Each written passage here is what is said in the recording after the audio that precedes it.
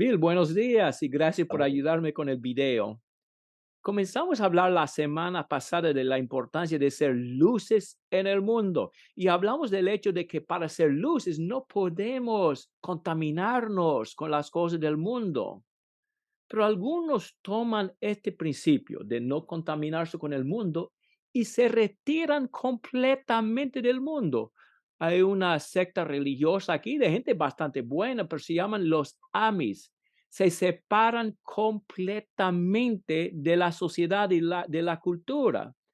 ¿Este es el camino para nosotros, Bill?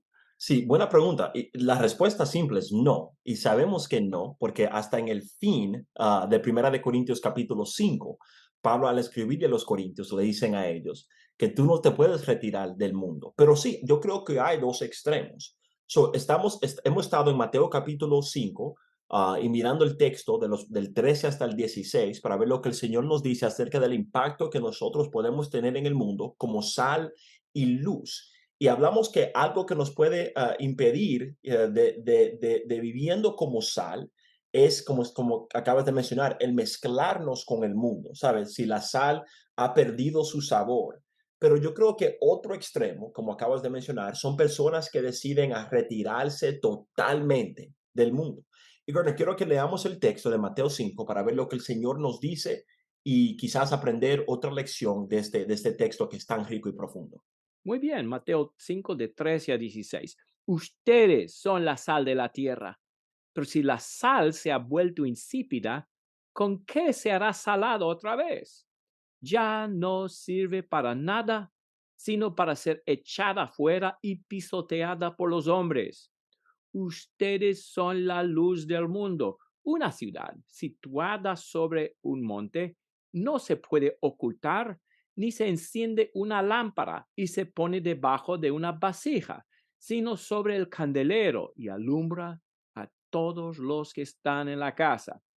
Así brille la luz de ustedes delante de los hombres, para que vean sus buenas acciones y glorifiquen a su Padre que está en los cielos. Ya la semana pasada hablamos acerca de ser la sal, pero el Señor también nos llama la luz del mundo. Y Gardner, ¿qué dice el Señor que no podemos hacer con esa luz? Esconder la luz. Exacto. Y sería imposible de nosotros hacer lo que el Señor manda de nosotros si no estamos dejando que nuestra luz brille delante de los hombres, si no somos la sal de la tierra. ¿Sabe? La sal, ¿qué sentido tiene? ¿De qué sirve la sal si solo se queda en el salero? No ayuda a la comida para nada. No ayuda la comida para nada. ¿De qué sirve tener un bombillo si la luz siempre queda apagada? De nada sirve. De nada nos sirve. Y nosotros tenemos que entender que el Señor desea que nosotros estemos en el mundo, pero que no seamos del mundo, como Él dice en Juan capítulo 17.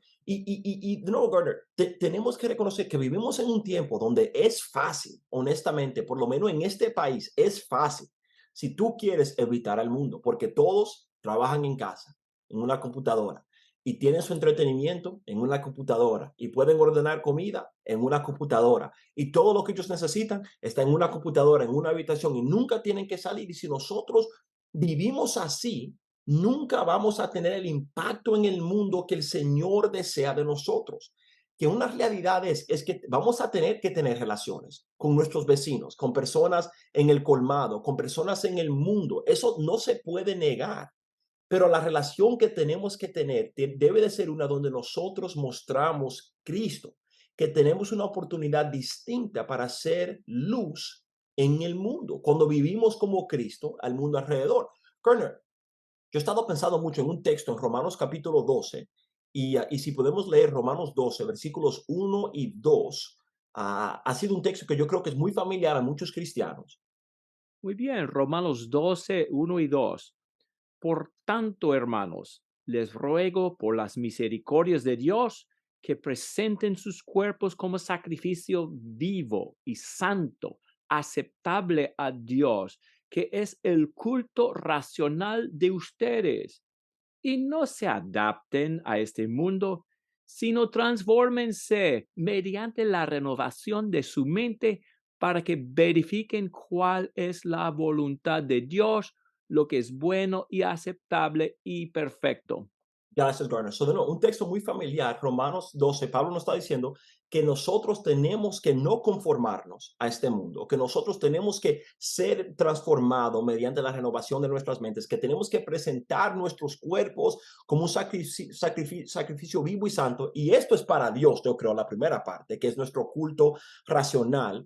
Pero Gardner, él dice en la segunda parte del versículo 2 que la razón en la cual estamos haciendo todo esto es para que verifiquemos cuál es la voluntad de Dios. Y Gardner, yo he pensado recientemente a quién le estamos verificando que esta es la voluntad de Dios. ¿Se lo estamos verificando a Dios? Bueno, Dios ya sabe su voluntad. ¿Lo estamos verificando nosotros mismos? Bueno, si yo lo estoy haciendo es porque creo que es la voluntad de Dios. Bueno, yo creo que hay un sentido, que hay personas en el mundo que no creen que la voluntad de Dios es bueno, que no creen que la voluntad de Dios es perfecto, que no creen que la voluntad de Dios es aceptable. Y muchas de las razones es porque ellos no ven a cristianos vivir la voluntad de Dios. Y cuando nosotros somos transformados, cuando nosotros vivimos en el mundo vidas transformadas y hacemos la voluntad de Dios, yo creo que le mostramos al mundo que Dios es bueno, que su voluntad es aceptable y lo que Dios desea de nosotros es perfecto y para nuestro bien. Entonces nosotros tenemos que entender el impacto que el Señor quiere de nosotros y quizás algo que nos pueda animar es recordar lo que el Señor hizo para nosotros cuando nosotros estábamos en pecado.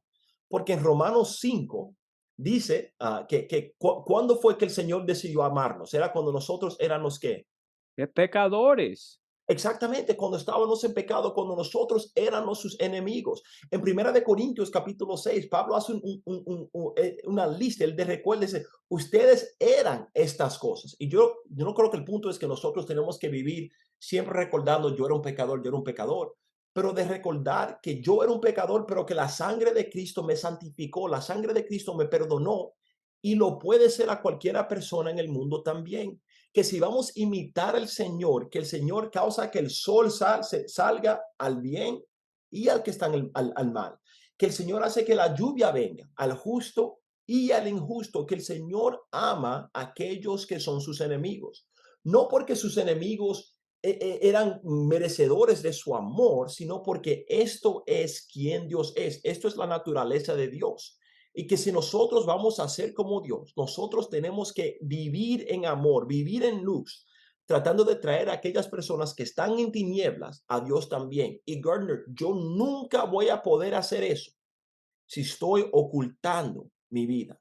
¿De qué sirve una luz escondida? ¿De qué sirve nuestra vida si nadie lo puede ver?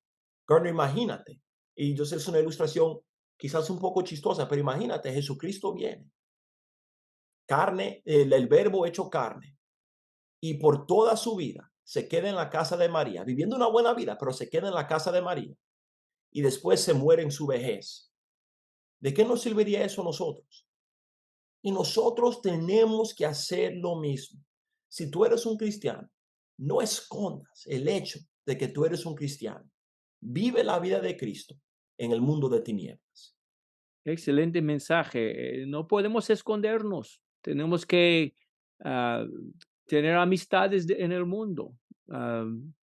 Que Dios nos ayude a hacerlo sin dejarnos ser contaminados por ellos. Amén. Que tengamos una influencia en ellos sin dejar que la mala influencia nos afecte a nosotros, Porque en ese momento ya dejamos de ser luz. ¿verdad? Bueno, muchas gracias, Billy. Gracias a usted por habernos acompañado en este video. Que Dios les siga bendiciendo.